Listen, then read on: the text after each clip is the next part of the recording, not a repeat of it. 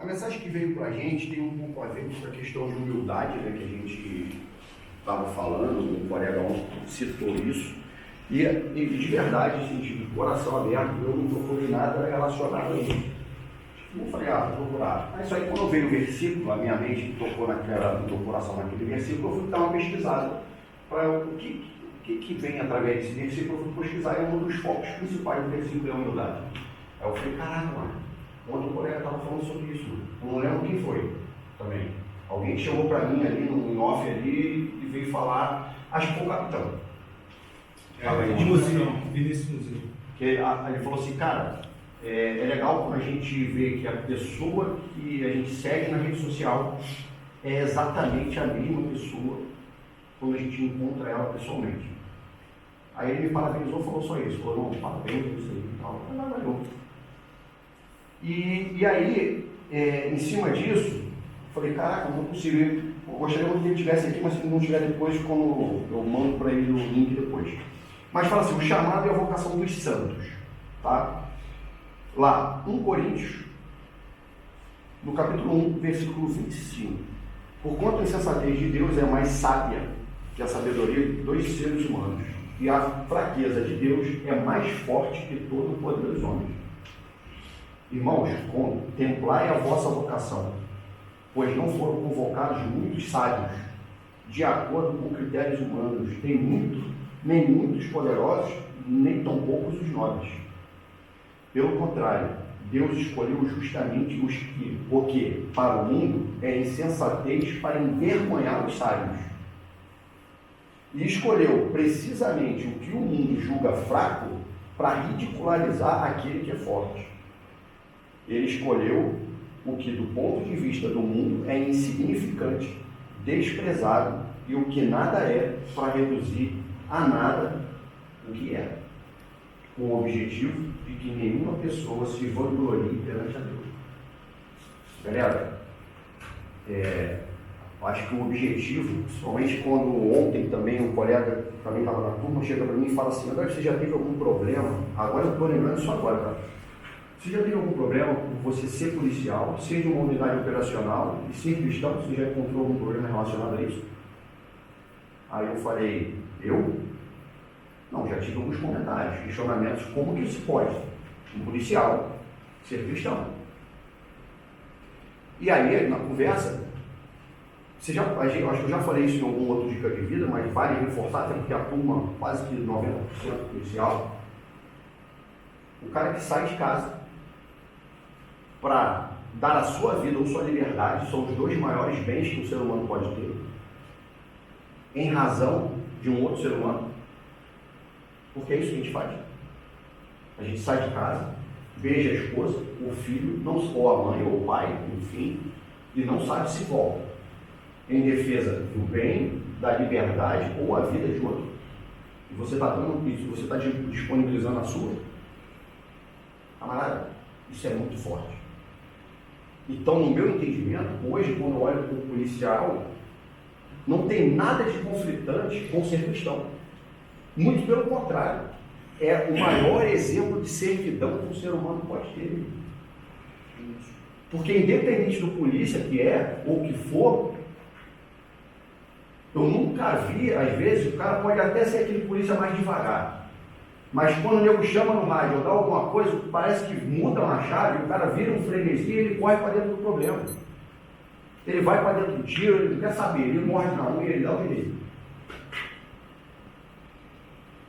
E ele não pensa que, através dessa ação ou desse ímpeto, ele pode não voltar. Como que isso pode, de verdade, ser conflitante com um dos principais princípios bíblicos, que é ajudar o próximo, servir o outro? Então não tem conflito algum. E quando a gente chega num versículo como esse e fala que Deus usa os loucos para confundir os sábios, é onde exatamente eu me vejo numa posição hoje de ser policial, ser de uma unidade operacional, e hoje alguém olhar e falar assim, como pode esse maluco falar de Cristo?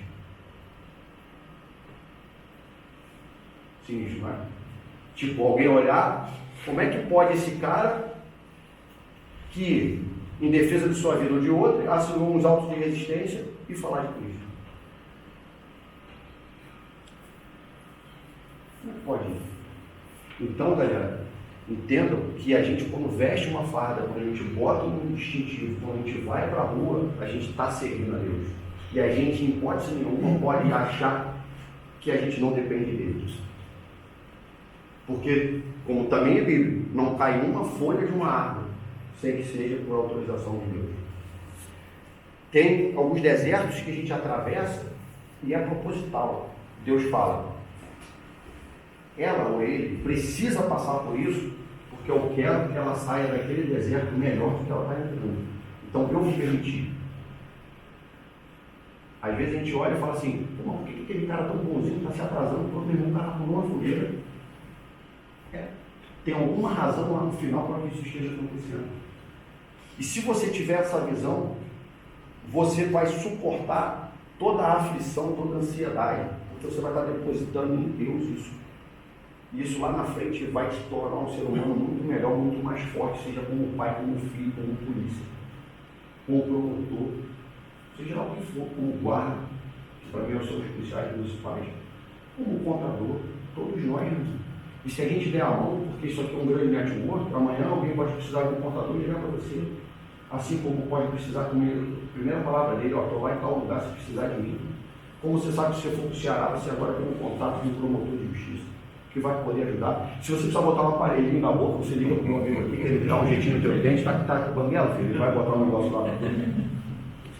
Entendeu? E se precisar do amigo lá no Rio, se precisar de um professor, tem o Eric, tem o TMA com seus equipamentos, olha o grande network que a gente tem aqui. Mas entendendo que nem todos nós juntos, de braços dados, vamos ser maior que Deus. Porque se essa aliança está acontecendo, é porque ele permitiu que isso acontecesse. Entende? Então não adianta achar que eu sou cadeiro, eu sou falcão, eu sou bravo, eu sou faixa preta, que vai se atrasar no dia que você se sobrepor a Deus achando que você não sabe que ele. Você vai se internar. Escuta o que eu estou te falando. E aí, obviamente, para fechar, Filipenses 4. E aí eu vou lá, começo no versículo 6. Não andeis ansiosos por motivo algum. Pelo contrário, sejam todas as vossas solicitações declaradas na presença de Deus por meio de oração e súplicas, com ações de graça. Declarado em oração e súplica. Aquele Deus que fala, não tenta ser mais sábio do que eu, que eu vou te dar na banda, tu fica esperto. É só declarar que ele é maior do que você. Tem até um louvor que fala que eu diminuo porque ele cresce. Então, se você realmente orar e suplicar, ele vai te atender como todo pai faz. Entenda, a intimidade que ele quer de você é a mesma que você tem com o seu pai ou com sua mãe. Não adianta só, ai meu Deus, como um avião está caindo. E tudo que você teve na tua vida, o concurso que você passou, as obras que você conquistou, você esqueceu de falar, obrigado por essa moral. Você não, eu sou o cara. Então, calma que eu vou te dar uma empenada. Não é assim. Então não é só quando a gente tem problema, é quando as coisas dão certo. Pô, deu certo. Ora, agradece, recebe a tua graça e avante no reino. E está dando ruim? Joelho dobrado, cara no pó. Meu irmão, me tira desse problema. Você é o meu rei, tu é o Senhor dos exércitos. Vai mudar a tua vida. Escuta o que eu estou te falando, porque mudou a minha. Estou falando para vocês. E a paz de Deus, que ultrapassa todo entendimento, guardará o vosso coração e os vossos pensamentos em Cristo Jesus. Ultrapassará todo entendimento. Outro dia eu estava na resenha com um colega que está quase virando cristão, mas não está naquele meio mal desse jogo. Eu falei, irmão, tu já parou para pensar que tu está fazendo mais força para provar que Deus existe? Tudo que eu falo, tu fica tentando arrumar uma resenha falida para falar que ele não existe. Tudo é coincidência. Já parou para pensar? Se você parar e falar assim, meu irmão, não quero entender. Está aí, aconteceu e ninguém explica. Amém. Agora tu fica, não, mas que a lei importa da parafuseta, que prova, que o ar, que porra, aí Deus não existe. Tu fica fazendo uma força tremenda, mano, para provar que o cara não existe. Como é que uma notícia é essa?